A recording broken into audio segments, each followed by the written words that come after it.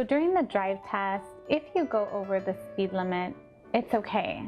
They will mark a point for speed because you are going over the speed limit. However, if you drive more than 10 miles per hour over the speed limit, that would be considered a critical error. So for example, if the speed limit is 35 and you are driving 46 miles per hour, that would be considered a critical driving error. Also, I do want to add, maybe you are not driving 10 miles per hour over the speed limit. Maybe you're only driving 5 miles per hour over the speed limit. If even driving 5 miles per hour over the speed limit is dangerous for the situation, then that can also be considered a critical driving error. So for example, what that would mean is, let's say there is construction on the road and you're driving faster than the speed limit, but maybe there's a lot of construction workers there. So driving at that speed may not be safe or appropriate for that condition. That would be considered a critical driving error. Driving too slow can also be considered a critical driving error, marked under speed. You do not want to make sure you drive too slow. If the examiner has to instruct you to speed up, that can also be considered a critical driving error. You always want to make sure that you're driving appropriate for the condition that you're in. So always make sure that you're going with the flow of traffic.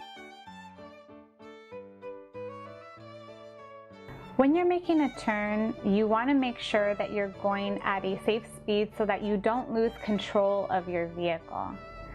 You want to make sure that you do it appropriate, again, not too slow, but not too fast. So you may want to practice with someone and make sure that you're making your turn smoothly and at a speed that is appropriate for your turn.